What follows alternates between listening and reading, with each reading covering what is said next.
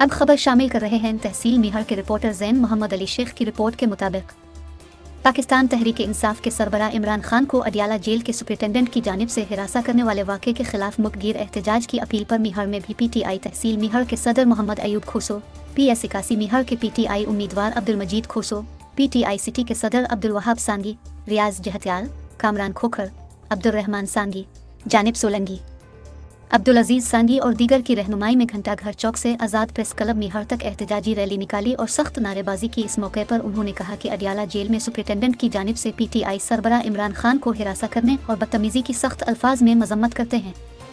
Jail superintendent एक corrupt आदमी है जो हमारे पार्टी सरबराह को परेशान और हिरासा कर रहा है। उन्होंने कहा कि नून लीग इमरान खान की मकबूलियत देखकर बौखलाहट का शिकार हो गई है। इमरान खान दुनिया का चौथा मकबूल तरीन लीडर है जिसको जेल की सख्तियाँ झुका नहीं सकती। इंशाअल्लाह PTI अक्सरियत से कामयाब होगी और इमरान खान वज़ीर आज़म होगा। उन्होंने आला हुकाम से मुतालबा किया कि अडियाला जेल सुपरिटेंडेंट की जानिब से इमरान खान को हिरासा करने का नोटिस लेकर उसके खिलाफ एक्शन लिया जाए, दूसरी सूरत में सख्त एहतजाज किया जाएगा।